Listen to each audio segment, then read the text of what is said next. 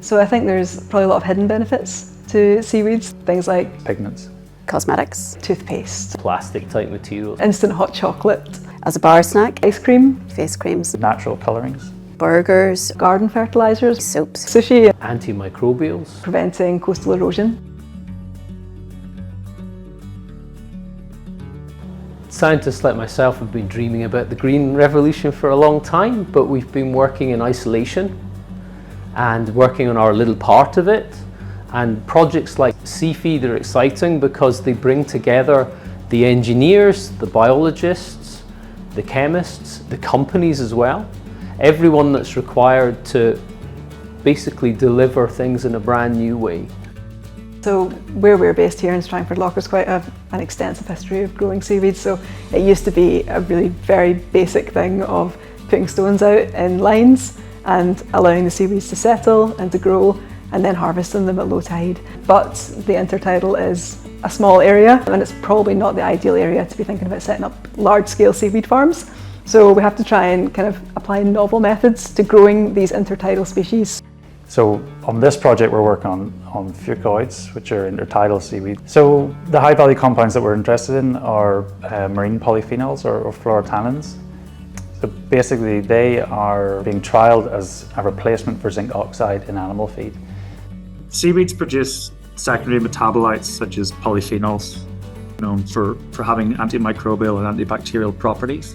And because of this, are being investigated for their use in industries from human health to agriculture. So in particular in agriculture, zinc oxide was used traditionally in pig feed as this therapeutic agent to reduce post-weaning illnesses and increase weight gain in piglets. However, zinc oxide was recently banned in the EU due to its environmental and health impacts as it was becoming this major contaminant. So the SeaFEED project aims to find a natural replacement for this zinc oxide in pig feed using the intertidal seaweeds through a series of sustainable approaches. It's a very innovative project led at Queen's University by Dr. Pamela Walsh and involves chemists, engineers and biologists from across the whole island of Ireland, and is helping to open the gates for developing seaweed biotechnology. So we have essentially like this fucoid maternity ward. The fucoids like to attach to a harder substrate from, as you would expect to see in the intertidal zone. But if we want to start scaling this up the same way that people grow kelp at farms, we have to start looking at growing them on twine. Us growing it on lines is very new. It hasn't actually been done before. So when we use our long lines out in Strangford Lough, we have quite a large site. We're only growing the seaweeds on that site for maybe a maximum of 6 months. During that time, they seem to have a benefit to the environment. We see lots of juvenile fish. It's also a habitat which during that period of time we don't have any fishing going on in. So it's effectively creating like a very small no-take zone and essentially have quite this nice little habitat that is there for 6 months. So I've already prepped our long lines, which are going to be deployed at the site. So basically the site is made up of a series of different moorings and we deploy the ropes in between. So we're going to deploy 2 30-metre lines today.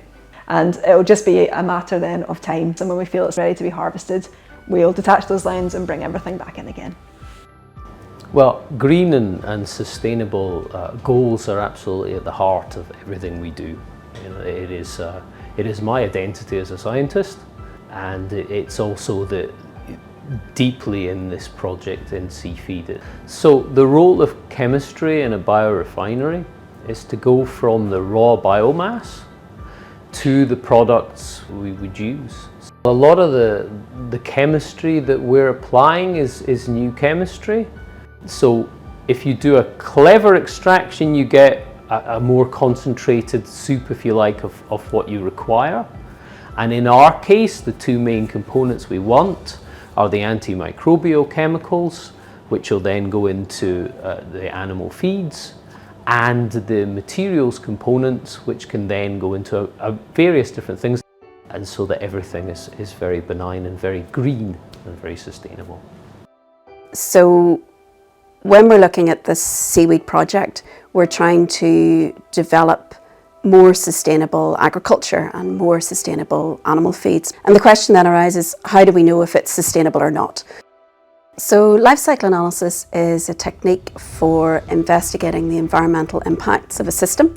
We look at the process from cradle to grave. We look at the extraction of raw materials, right through processing, transportation, and then recycling or waste or so on. And we look at all the inputs to and outputs from the system, and then look at the environmental impacts. So for example, the carbon emissions associated with each of those inputs and outputs.